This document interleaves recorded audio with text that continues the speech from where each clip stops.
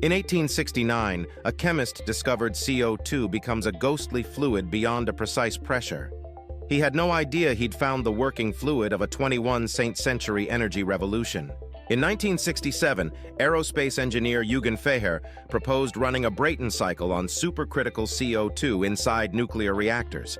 The physics were perfect. The manufacturing was impossible. At MIT in 2004, Czech student Valery Dostal rebuilt Feher's forgotten vision using modern computation. His PhD thesis became an underground Bible, downloaded across 3 continents. Gary Rochow at Sandia built a supercritical CO₂ test loop the size of a kitchen table. Critics called it too small to matter. He knew proving the physics was everything.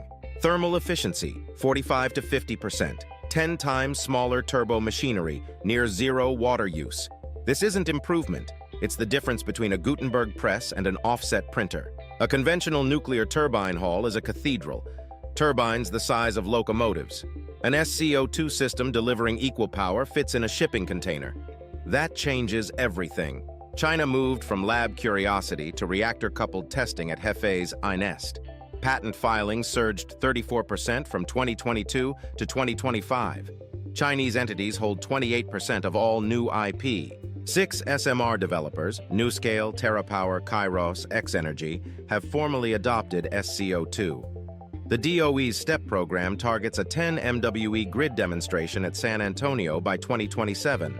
The same supercritical CO₂ physics that decaffeinate your morning coffee, scaled to industrial power, could deliver zero-carbon electricity to 750 million people with no grid access. Supercritical CO₂ above 200 bars is explosively dangerous if containment fails.